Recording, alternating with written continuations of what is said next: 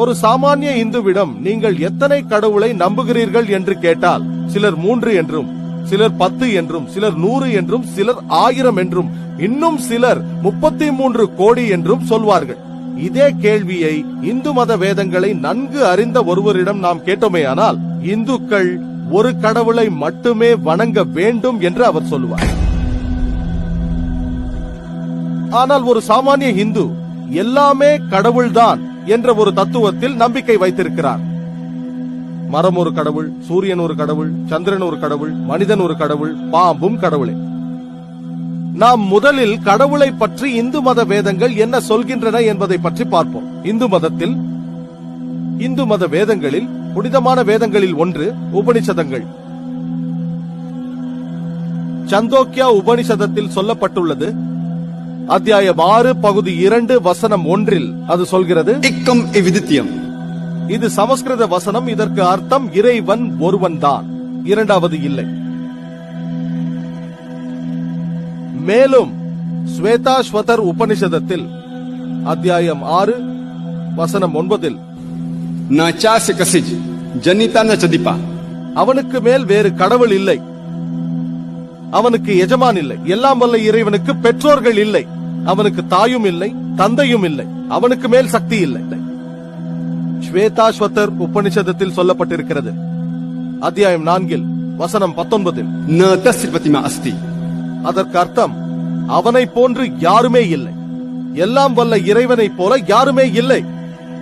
ஸ்வேதாஸ்வதர் உபனிஷதத்தில் சொல்லப்பட்டிருக்கிறது. அத்தியாயம் 4 வசனம் 20 எல்லாம் வல்ல இறைவனுக்கு உருவம் இல்லை, அவனை யாரும் கண்களால் காண முடியாது, அவனது உருவத்தை கண்களால் காண முடியாது.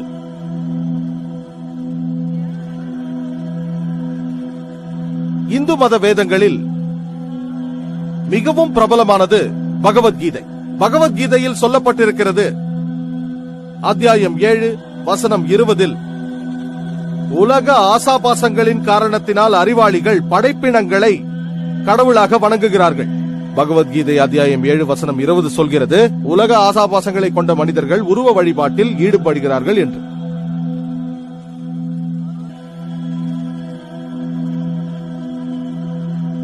இந்து மத வேதங்களிலேயே மிகவும் புனிதமானவை வேதங்கள் தான். யஜுர்வேதத்தில் சொல்லப்பட்டிருக்கிறது. அத்தியாயம் 32 வசனம் 3 ந தஸ்ய பிரதிமா அஸ்தி. இறைவனுக்கு உருவம் இல்லை, எல்லாம் வல்ல இறைவனுக்கு உருவமே இல்லை, அவர் பெறப்படவும் இல்லை, அவரை மட்டும் தான் வணங்க வேண்டும். யஜுர்வேதத்தில் சொல்லப்பட்டிருக்கிறது. அத்தியாயம் 40 வசனம் 8 எல்லாம் வல்ல இறைவன் தூய்மையானவன், அவனுக்கு உருவம் இல்லை. யஜுர்வேதத்தில் சொல்லப்பட்டிருக்கிறது. அத்தியாயம் 40 வசனம் 9 அந்தாத்ம பவிஷந்தி யா அசம்பூதி உபாஸ்தே.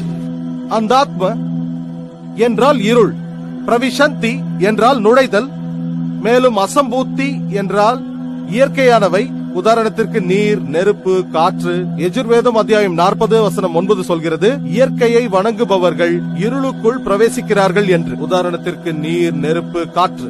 மேலும் வசனம் சொல்கிறது, சம்பூத்தியை வணங்குபவர்கள் ஆழமான இருளுக்குள் பிரவேசிக்கிறார்கள். சம்பூத்தி என்றால் படைக்கப்பட்ட பொருட்கள், அதாவது மேஜை, நாற்காலி, சிலைகள் போன்றவை.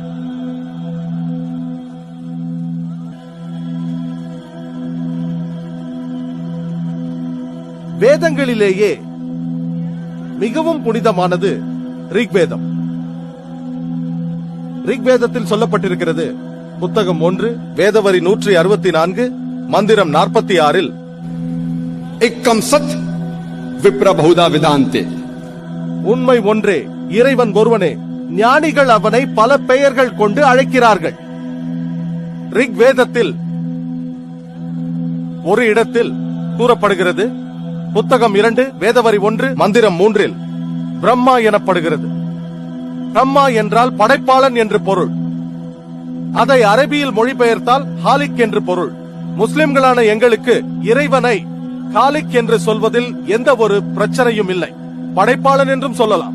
ஆனால் யாராவது எல்லாம் வல்ல இறைவன் படைப்பாளன் என்று சொன்னால், அவருக்கு 4 தலைகளும் ஒவ்வொரு தலையிலும் கிரீடம் இருக்கிறது என்று சொன்னால் நாங்கள் அதை ஏற்றுக்கொள்ள முடியாது. மேலும் இது ஸ்வேதாஸ்வதர் உபனிஷதத்திற்கு எதிரானது. அத்தியாயம் 4 வசனம் 19 சொல்கிறது, நான் தஸ்தி பதி மகாஸ்தி, அவருக்கு நிகராக ஒன்றும் இல்லை. இறைவனுக்கு மற்றும் ஒரு பெயர் ரிக்வேதத்தில் புத்தகம் 2 வேதவரி 1 மந்திரம் 3 சூட்டப்பட்டுள்ளது. அது விஷ்ணு. விஷ்ணு என்றால் காப்பாற்றுபவன், உணவு வழங்குபவன். அதை அரபியில் மொழிபெயர்த்தால் ரப் என்று சொல்வார்கள். முஸ்லிம்களான எங்களுக்கு இறைவனை ரப் என்று அழைத்தால் எந்த பிரச்சனையும் இல்லை. உணவு வழங்குபவன், காப்பாற்றுபவன் விஷ்ணு. ஆனால் யாராவது காப்பாற்றும் இந்த இறைவன் பாம்பின் படுக்கையில் படுத்துக்கொண்டு கடலில் வலம் வருபவர், வானத்தில் கருட பறவையின் மீது பறப்பவர், 4 கைகளுடன் வலது கையில் சக்கரம் கொண்டிருப்பார், இடது கையில் சங்கு கொண்டிருப்பார் என்று சொன்னால் முஸ்லிம்களான எங்களால் ஏற்றுக்கொள்ள இயலாது. மேலும் இது யஜுர்வேதத்திற்கு எதிரானது. அத்தியாயம் 32 வசனம் 3 சொல்கிறது, ஞாத்தஸ்திபதி மகாஸ்தி, அவருக்கு உருவம் ஏதும் இல்லை. எல்லாம் வல்ல இறைவனுக்கு உருவமே கிடையாது. இந்து மதத்தின் பிரம்மசூத்ராவில் சொல்லப்பட்டுள்ளது, एकम ब्रह्म द्यूत नास्ते नहना नास्ते किंचन, भगवान एक ही है, दूसरा नहीं है, नहीं है, नहीं है, जरा भी नहीं है. இறைவன் ஒருவன் தான், இரண்டாவது இல்லை, இரண்டாவது இல்லை, இருக்க முடியாது, இல்லவே இல்லை. நீங்கள் இந்து மதத்தின் வேதங்களை படித்தால் இந்து மதத்தின் கடவுள் கோட்பாடுகளை புரிந்து கொள்ள முடியும்.